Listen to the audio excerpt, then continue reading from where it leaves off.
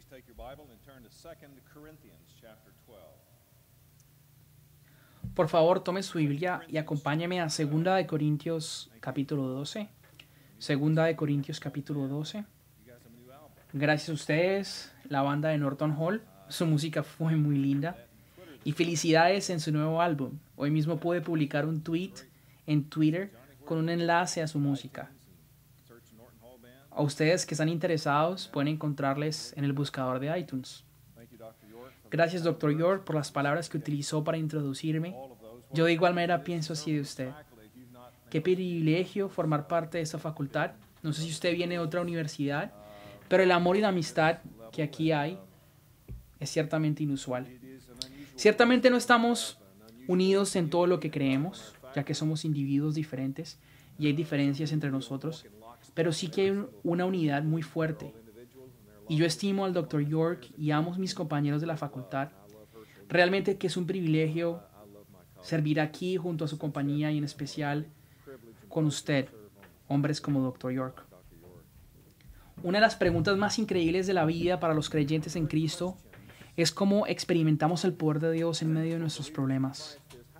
Por ejemplo, ¿cómo podemos experimentar el poder de Dios cuando tenemos limitaciones físicas? O con facetas físicas que no nos agradan. ¿Cómo experimentamos el poder de Dios cuando nos hace falta algo que necesitamos?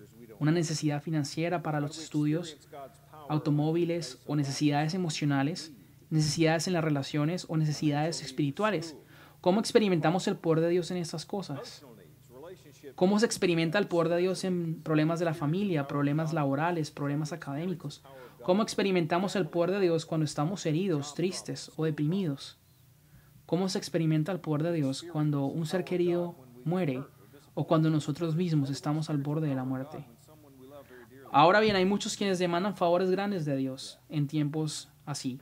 Y dicen, si Dios no interviene con su poder en la forma que quiero, entonces utilizo su poder o esta justificación para dejarlo y rechazarlo. Ellos dirán, ¿dónde estuvo Dios cuando le necesité? Y utilizan esta pregunta para justificar su rechazo. Otros le dan la respuesta a las preguntas que acabo de mencionar con una literatura o un libro que ha sido los más populares y de mejor venta del siglo pasado. El aún popular libro ¿Por qué le pasan cosas malas a la gente?, donde el autor, un rabí judío, investiga la hipótesis y concluye diciendo que Dios no siempre puede ayudarnos en nuestros problemas, pero aún podemos confiar en Él. Pero ¿qué clase de Dios tenemos? ¿Es nuestra fe en vano? Si es verdad que Él no nos puede ayudar en tiempos donde hay más problemas y necesidades en la vida, ¿qué clase de Dios prometería que estaría siempre con nosotros, que nos ayudaría a vencer el mundo, quien resucitó de la muerte para luego fallarnos cuando más lo necesitamos? Pero el problema de experimentar a Dios en nuestros problemas es probablemente más un problema de percepción, y no me gusta mucho admitirlo, pero creo que esa es la verdad. Porque seguramente preguntaremos, si Dios es el todo bueno, todopoderoso, ¿por qué entonces sufrimos? Dios a veces no interviene en los momentos más críticos. Por supuesto, a veces sabemos que es a causa de nuestro pecado, o a consecuencia de nuestras decisiones, o es la disciplina de Dios causada por nuestras malas acciones. Otras veces, o otra razón es porque a veces fallamos en experimentar el poder del bien, o del Dios Todopoderoso, es porque nos hace falta la habilidad de percibir lo que ese bien es, y también de percibir lo que el poder de Dios realmente es. Leemos en Isaías 55, versículos 8 y 9, unas palabras muy familiares. Mis pensamientos no son vuestros pensamientos, ni tampoco vuestros caminos son mis caminos, dice el Señor. Tal y como los cielos son más grandes que la tierra, de igual manera mis caminos son más grandes que vuestros caminos, y mis pensamientos sobre sus pensamientos. Nosotros no siempre tenemos la habilidad para percibir lo que es bueno. No tenemos la habilidad para entender la mejor manera para que Dios despliegue su poder en nuestras circunstancias. Y eso es particularmente verdadero en desear la manifestación del poder de Dios en nuestro dolor y en nuestros problemas. Así que hoy les comparto algo que creo que es verdad en la Escritura y que cambia un poco la manera de ver las cosas. Es nuestra tarea de alinear nuestro pensamiento con las Escrituras. Así que un lugar en las Escrituras en donde claramente enseña este principio, es en 2 Corintios 12, versículos 9 y 10. Pablo acaba de tener una increíble experiencia sin precedente, en la cual es llevado al cielo, y dice, no sé si estaba en el cuerpo o no, pero fui tomado y llevado al cielo. Se me mostraron cosas que no se las puedo contar, pero dice en el versículo 7, para impedir que me enalteciera. Imagínense que este hombre había tenido una de las revelaciones más grandes que cualquiera puede tener. Este hombre seguro podía tener más revelación que cualquier otro hombre sobre la tierra, pero Dios dice, no, para impedir que me enalteciera, dice Pablo, y dada a la extraordinaria grandeza de las revelaciones, se me fue dada una espina en la carne. Un mensajero de Satanás que me abofeteara para que no me enalteciera. 3 veces le he rogado al Señor para que lo quitara de mí, y Él me ha dicho, te basta mi gracia, pues mi poder se perfecciona en la debilidad. Le vuelvo a repetir, 3 veces le he rogado al Señor para que quitara esto de mí, y Él me ha dicho, te basta mi gracia, pues mi poder se perfecciona en la debilidad. Un momentico. Sí, Señor, tu gracia es suficiente, pero necesito tu poder. Dios dice, ¿mi poder? Sí, eso es lo que quiero. Mi poder se perfecciona. Sí, Señor, estoy listo, por favor, perfecciónalo ya. Mi poder se perfecciona en la debilidad. Oh, ¿de verdad? ¿En la debilidad? Martín Lutero escribió acerca de la teología de la gloria y de la teología de la cruz. Y dice en esas teologías que el apetito religioso mundano le atrae la teología de la gloria. Nosotros queremos siempre la gloria que habla la Biblia. Ya. Y esta forma de pensar está muy presente en las predicaciones de la teología de la prosperidad. Queremos ver el poder de Dios manifestarse en las sanaciones instantáneas. Demandamos que la palabra haga algo, hablamos la palabra. Queremos ver el poder de Dios manifestarse a través de todas las cosas. Y eso, por supuesto, alimenta nuestra ser o nuestra habilidad de convertirnos en los campeones de Dios. De ser esos que se manifiesta el poder de Dios y los que se les admire por ser quienes el poder de Dios actúa. Esos quien tiene la capacidad para tocar a alguien y ver cómo Dios causa que se caiga. De poder hablar una palabra y ver cómo gente se sana. Queremos la gloria mundana de tener el poder de Dios ahora mismo. Su gloria ahora mismo. Pero Lutero nos dice que este deseo no es bíblico y es un deseo impío. En cambio, lo que se nos ha dado a nosotros es la teología de la cruz. Y eso es lo que caracteriza la vida cristiana hoy. Y el poder de Dios en este mundo es demostrado preeminentemente a través de la cruz y en un estilo de vida de cruz. Y Pablo está experimentando esto justamente aquí en este versículo. Ahora bien, cualquiera que haya sido esa experiencia, esta había sido una de las pruebas más difíciles de su vida para Pablo. Quizás uno de los problemas más grandes de su vida. No estoy muy seguro qué clase de problema haya sido. Quizás haya sido un problema físico. Por supuesto, esa espina en su carne pudo haber sido un cierto dolor que no se acababa. O también pudo haber sido otra cosa porque él dice que un mensajero de Satanás se le fue dado para que le abofeteara o lo atormentara, como dicen otras versiones. Pero cualquiera que su espina fuera, física, corporal u otra cosa, él estaba siendo atormentado. Y él repetidamente pedía, nos dice allí en el versículo, para que se le fuera quitado. Pablo pedía, quítamelo, repetidamente pedía, Señor, quita este dolor de mí. Lo más probable es que eso también le esté pasando a usted en este momento. Le ha pedido a Dios que le quite algo que lo atormenta constantemente. Ciertamente hay cosas en mi vida, hay muchas cosas en mi vida, de hecho, que vienen a mi mente en la que he orado repetidamente para que se vayan. Lo he hecho por años cada día. Señor, quítalo. Para usted puede ser un problema físico de otra índole, lo cual es precisamente la razón por la cual yo creo que no se nos dice en específico lo que atormentaba a Pablo, para que así todos nosotros pudiésemos identificarnos con esto. Y al igual que con Pablo, quizás hay cosas en su vida en las que Satanás esté haciendo algo increíble, no son solamente limitaciones físicas, sino que también ve el poder de Satanás, y usted dice, Señor, yo veo el poder de Satanás, ¿dónde está tu poder, Dios mío? Esto no está bien. ¿Cómo es posible que yo vea el poder de Satanás y no tu poder? ¿Cómo es que experimentemos el poder de Dios entonces, Señor, en medio de nuestros problemas, en nuestros dolores y tribulaciones? Bueno, Él dice, mi poder se perfecciona en la debilidad. Entonces lo que ese pasaje nos da a entender, que para ver la demostración del poder de Dios en nuestros problemas, es que el poder de Dios se manifiesta y se perfecciona en nuestra debilidad. Esa es la clave para experimentar el poder de Dios en nuestros problemas. Usualmente no se experimentan las formas que queremos. Queremos la teología de la gloria, queremos experimentar el poder de Dios siendo tomados al cielo y ver cómo Él cambia las circunstancias de un momento a otro. Queremos que Él desaparezca las circunstancias de debilidad para que yo sea más fuerte, mis finanzas estén mejor, mis situaciones se pongan mejor. Anhelamos más poder en estas cosas. Y Él dice, no. Casi siempre mi poder se perfecciona en tu debilidad. La debilidad casi siempre es la condición para experimentar el poder de Dios y su fortaleza. Lo confirma la Biblia en Filipenses 1:29, porque a ustedes, dice el versículo, se les ha concedido implica que es un regalo, por amor a Cristo, no solo creer en Él, sino también sufrir por Él. Dios le ha dado el regalo a usted de creer en Él, el don de la fe. Usted no podría creer en Él aparte del don de la fe que se le ha otorgado. Así que usted creyó y fue justificado y es salvo, se le ha concedido por amor a Cristo, no solo el de creer, sino también de sufrir por Él. Así que Él no solamente le da el don de la fe a sus elegidos, sino también Él les da el regalo. Note que Pablo aquí hace una clara distinción en que el sufrimiento es un don, un regalo más, no es algo que es impuesto o es afligido. Él nos ha dado el regalo del sufrimiento, lo cual es ilustrado por el autor de esos pasajes en 2 Corintios y Filipenses, sabiendo que se le fue otorgada una revelación intensa al ser confrontado previamente por el mismo Jesús en su viaje a Damasco. También Dios se le apareció a un hombre en la ciudad, Ananías, para que fuese a orar por Pablo y pudiese recuperar la vista. En este punto, Pablo era Saulo de Tarso.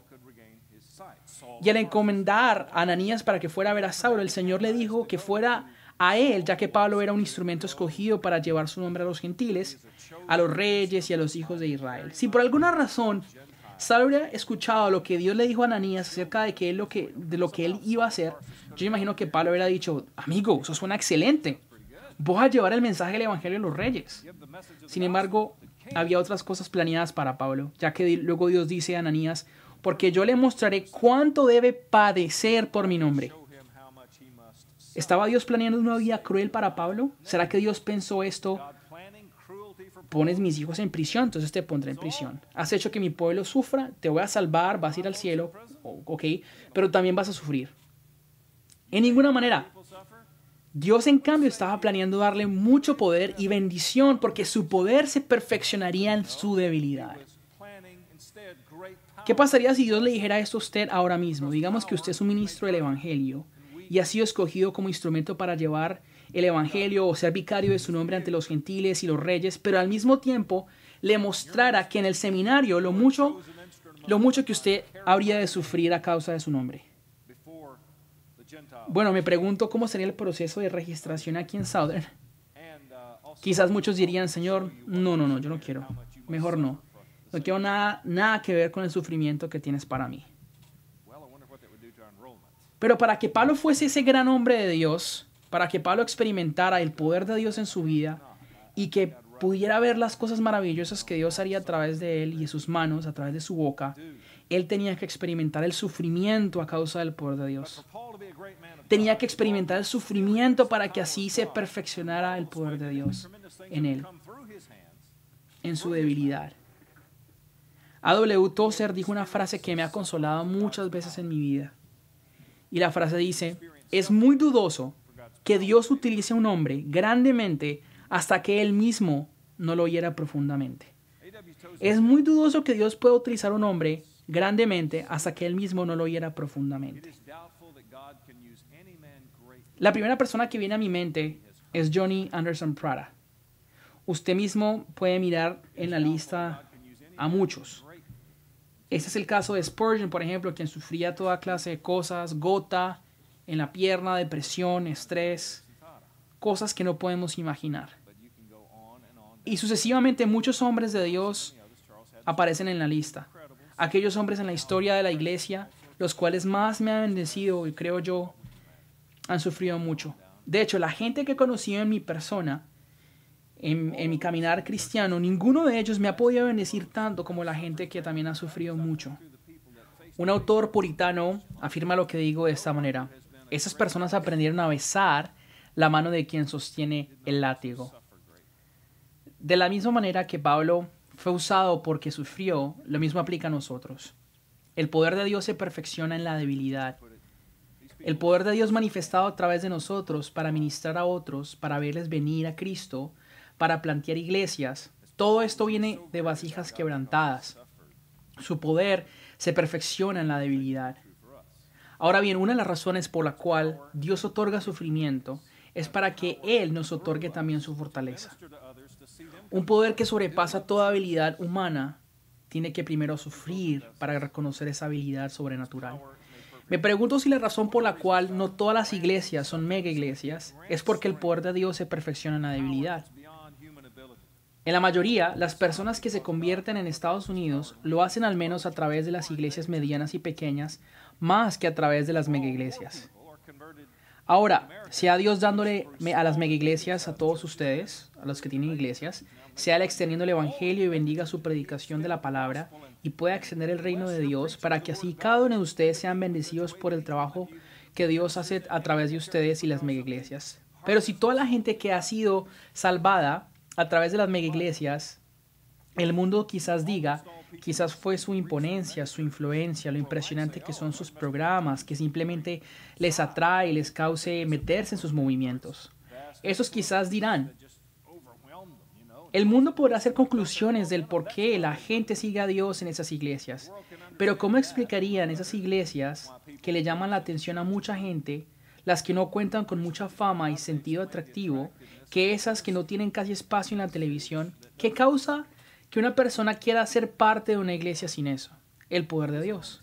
El poder de Dios que se perfecciona en la debilidad. Me pregunto si quizás Dios perfecciona su poder en la debilidad en la mayoría de los cristianos que no son ricos y famosos y poderosos.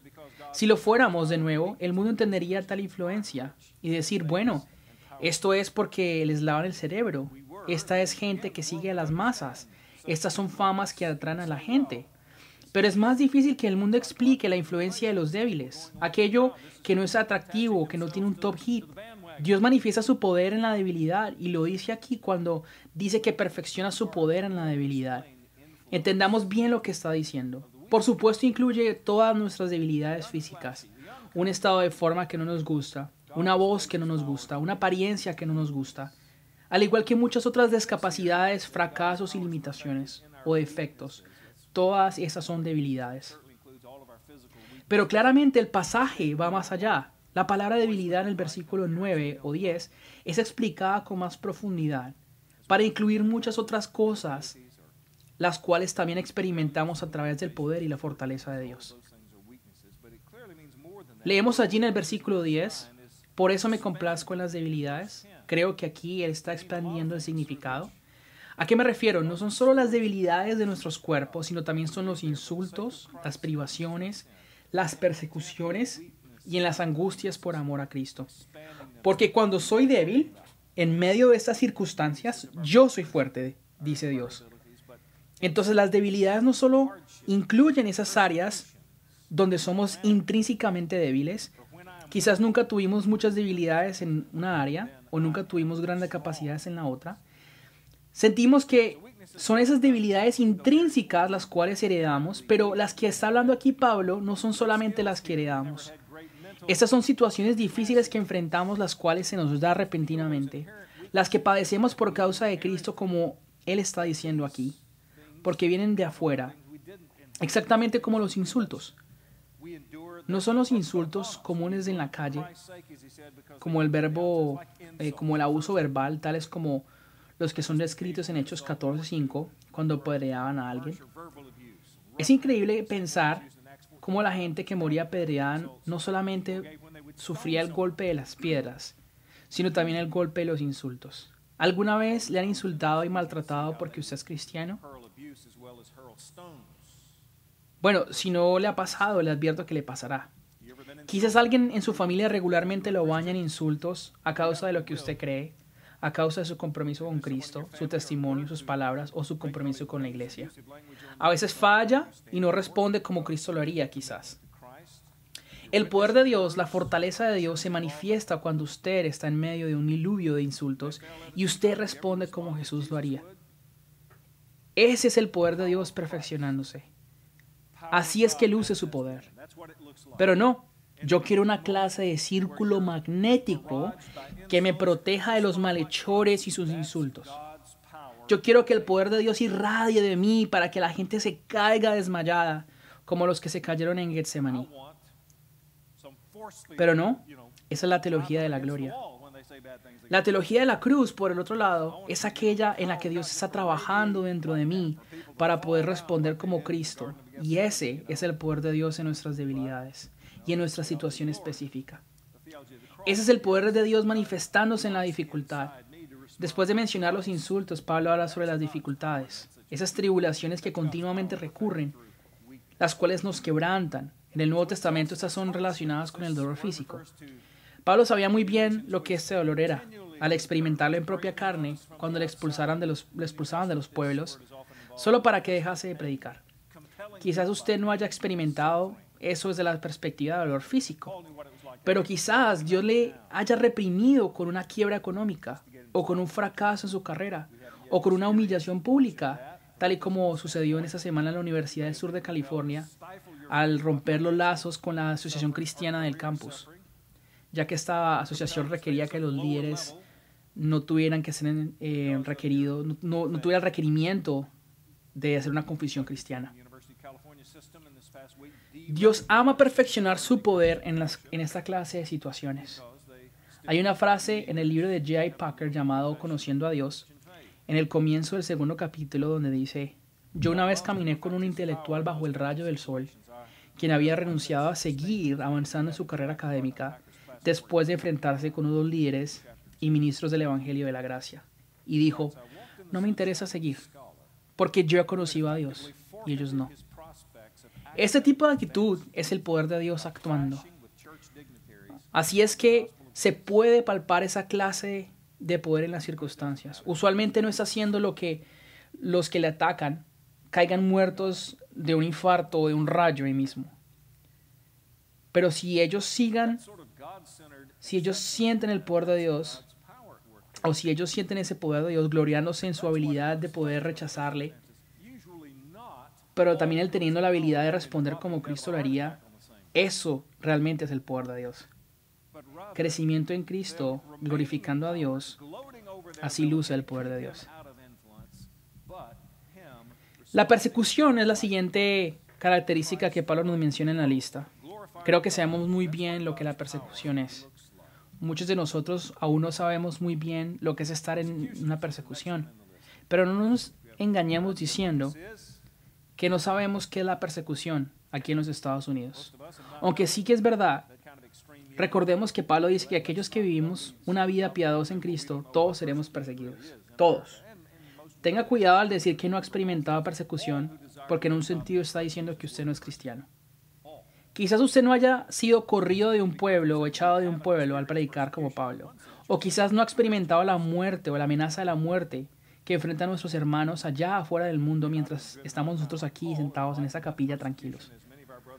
Pero quizás dentro de su familia usted sí haya sido expulsado y rechazado física y figurativamente, ya que en su primera lealtad es hacia Dios. Quizás usted haya sido rechazado para una de las mejores oportunidades laborales a causa de su devoción a Cristo. Aquellos que se consideran parte de la fe reformada a veces son perseguidos y presionados a causa de lo que creen como si fuéramos enemigos del Evangelio. Pero quizás no hay mejor lugar donde el poder de Dios se manifieste con más gloria y con más carencia de aparente lógica que en las persecuciones.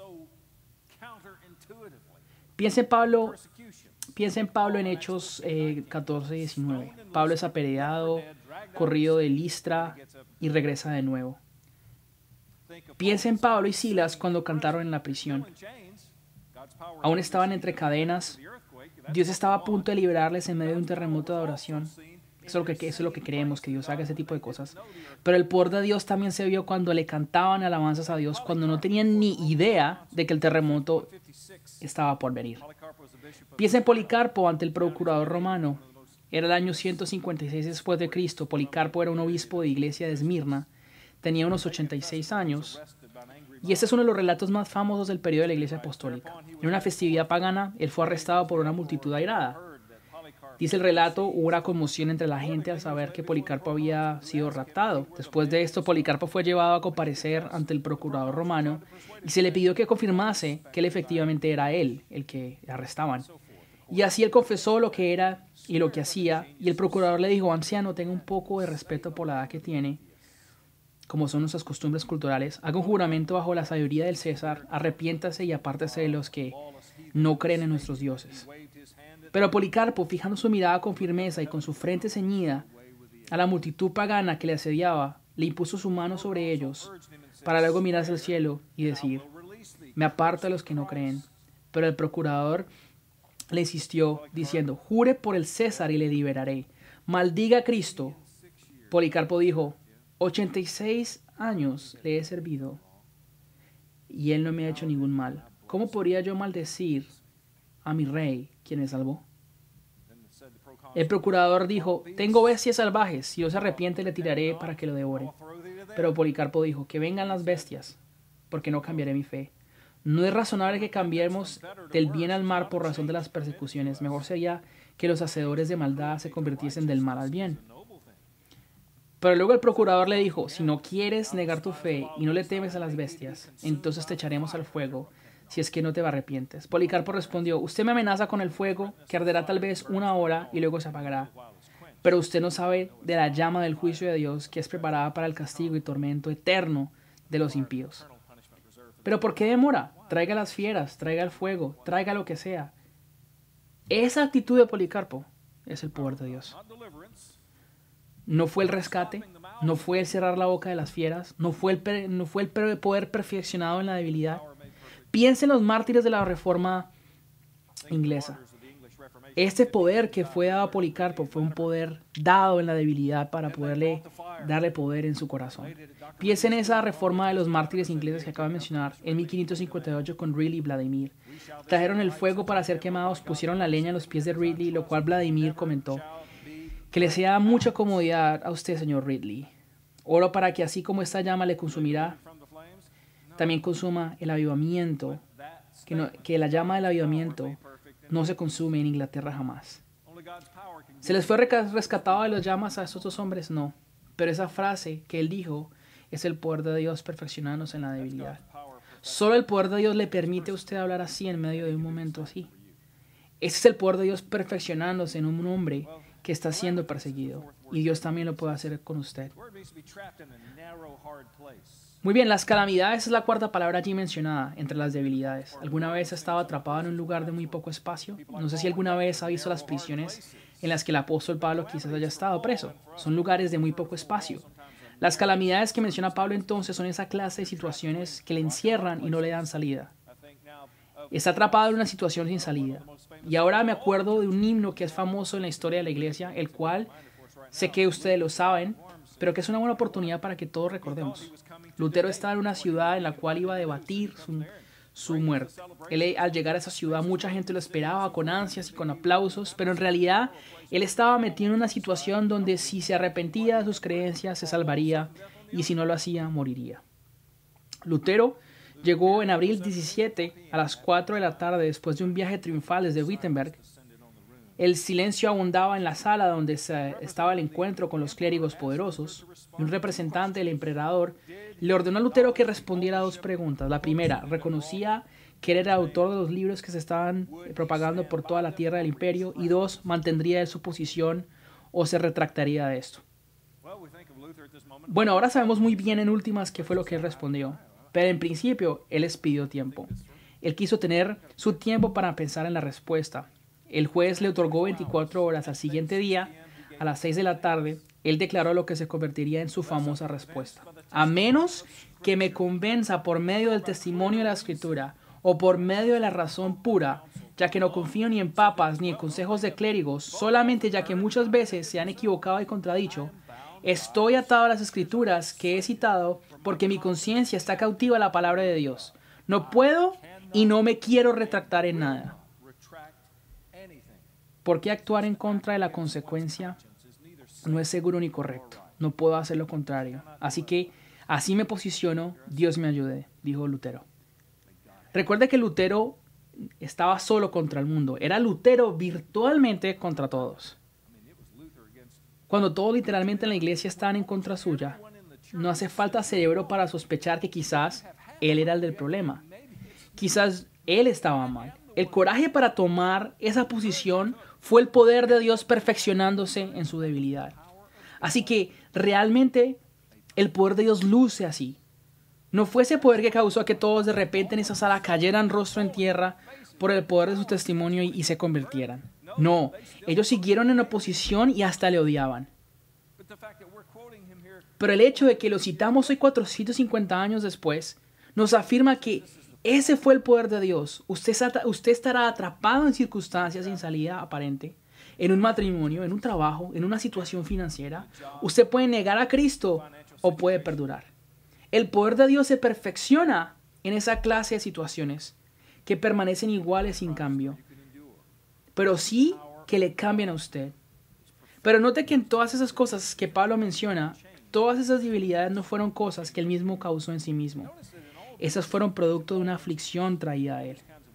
Así como el aguijón en su carne, observe que él dice que este se le fue dado. Él no causó este aguijón, él dice, se me fue dado. Y él le oró a Dios para que se lo quitara. Pero esas son clases de debilidades las cuales Dios nos permite que tengamos para que Él perfeccione su poder en nuestras debilidades. Y la mejor ilustración de todo esto es la cruz. No hay debilidad más grande.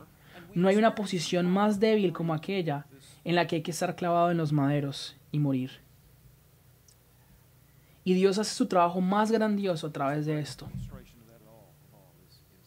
Bueno, el tiempo se está terminando y solo voy en el punto número 2. Así que déjeme resumir todo esto lo mejor posible para terminar pronto, porque eso es muy importante. Entonces, ¿cómo es que el poder de Dios se perfecciona en nosotros? El poder de Dios se perfecciona cuando nosotros experimentamos su poder perfecto y otros lo ven como poder de Dios. Una frase interesante es esta: el poder de Dios se perfecciona. ¿Acaso el poder de Dios ya no es perfecto? O sea, ¿cómo es que se dice que Dios perfecciona su poder en las debilidades? ¿Acaso el poder de Dios no es ya perfecto? ¿Cómo es que se perfecciona este poder? Se perfecciona cuando lo experimentamos y los otros lo ven como poder de Dios. No es escondido, es experimentado por nosotros y hecho visible a los demás. Cuando no solamente mora en el cielo, cuando está cambiando vidas y otros lo pueden ver, ahí es cuando el poder de Dios se manifiesta y se perfecciona. Piensen en el poder de Dios perfeccionándose como la electricidad. Usted tiene una electricidad perfecta en una pila. Dentro de la pila hay electricidad perfecta. Pero se perfecciona cuando usted pone las pilas en una linterna y oprime el botón para prenderla y puede ver el resultado. La linterna experimenta la electricidad corriendo por sus circuitos y los otros perciben el impacto de esta cosa y ahí es cuando la electricidad se perfecciona. Electricidad perfecta perfeccionándose. El poder de Dios residente en su persona, en el cielo, es perfecto. Pero se perfecciona cuando usted lo experimenta y los otros ven los efectos de eso. Este pasaje enseña que muchas veces el poder de Dios se perfecciona no solamente cambiando su debilidad, pero sí cambiándole a usted. Eso fue lo que hizo Pablo y lo que hizo con Pablo. El poder de Dios no fue visto en quitarle a él el aguijón de su carne. Ese es el poder que él quería. Eso es lo que él quería ver. Eso es lo que él oraba. Señor, utiliza tu gran poder para sanar mi cuerpo. Utiliza tu gran poder para apartar este mensajero de Satanás. Pero así no fue como él respondió la oración. El poder de Dios se perfeccionó en esa situación. Pero tal y como Pablo lo experimentó y los demás lo pudieron ver en su contentamiento, en su perseverancia a través de la tribulación, el poder de Dios a menudo es el poder que transforma una vida en vez del poder que solo cambia una circunstancia. El poder de Dios a menudo es visto en el poder cambiar una vida que el poder de cambiar una circunstancia. Queremos ver el poder de Dios cambiar las circunstancias, pero esa es la teología de la gloria. Sanación, provisión, cambio. poder. Parece que le place más a Dios utilizar su poder o manifestar su poder para cambiar las personas que cambiar las circunstancias. Esa es al menos mi observación. Al parecer le place a Dios utilizar más su poder para cambiar a las personas lentamente que cambiar las circunstancias rápidamente. A veces pensamos que el poder de Dios se trata de que cuando pedimos que el milagro se haga ya, ahora mismo. Quiero abrir mis ojos y ver una realidad distinta ahora mismo, Dios. En cambio, el poder de Dios parece manifestarse no a través de las circunstancias, sino a través de la gente. Y no muy rápido, pero sí lentamente. Y a mí eso no me gusta. Esa no es la manera que a mí me gusta.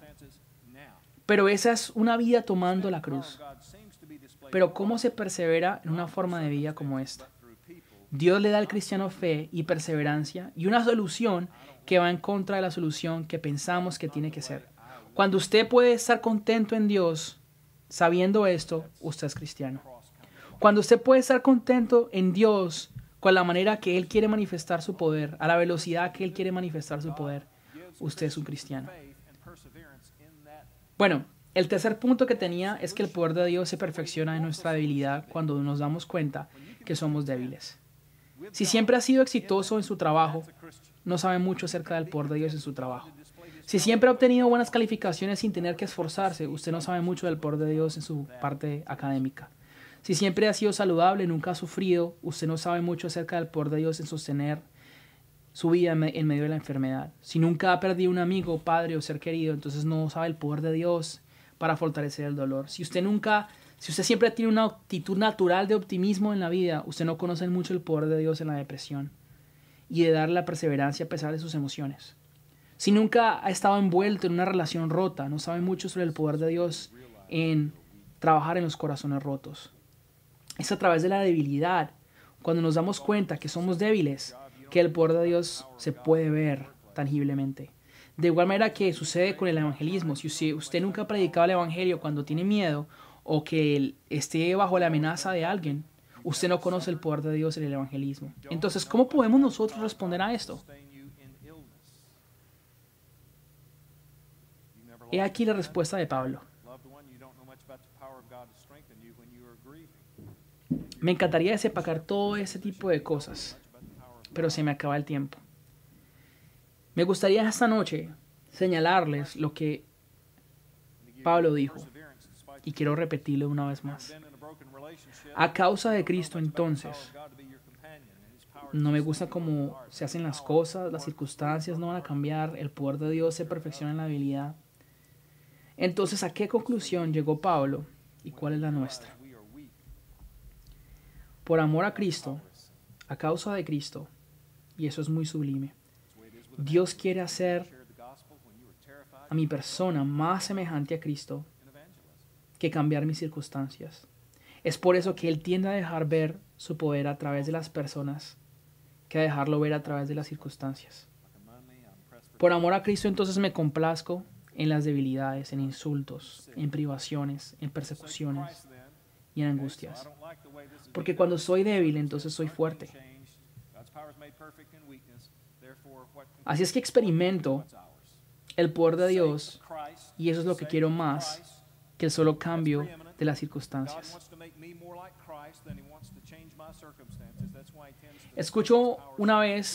Hace mucho tiempo, escuché a un periodista deportivo decir que un exentrenador de fútbol americano de la Universidad de Iowa, Hayden Fry, le animaba a sus jugadores cansados y golpeados al decirles, el dolor es temporal, la victoria es para siempre. Bueno, el dolor frecuente que siento en esta rodilla desde esa noche en una cancha de fútbol americano, cuando tenía 17 años, me dice que el dolor que viene de jugar fútbol americano no es solo temporal, sino permanente. Pero si pensamos en esa frase desde una perspectiva espiritual, no es solo temporal. Pero si pensamos en esa frase de una perspectiva espiritual, hay una verdad espiritual en que el dolor que sintamos a causa de Cristo es solo temporal y la victoria en el cielo es por siempre. Cuando seguir a Cristo significa dolor para usted y problemas, esto no es en vano. Solo el ojo de la fe puede ver eso. Así que Dios nos da la perseverancia. Cuando quizás vemos que es en vano, pero el poder de Dios se hace perfecto en nuestra habilidad y en el sufrimiento. El dolor a causa de Cristo es solo temporal, y la victoria y la gloria en el cielo la tendremos por siempre y eternamente. Uno de los puritanos ingleses, John Gurry, dijo, está en el libro de Packer, En búsqueda de la piedad, el lema de los puritanos era Vincit qui patitur. Aquel quien sufre, vence. Haga esa frase su lema saturado, centrado y lleno de poder en Cristo. Aquel que sufre, vence.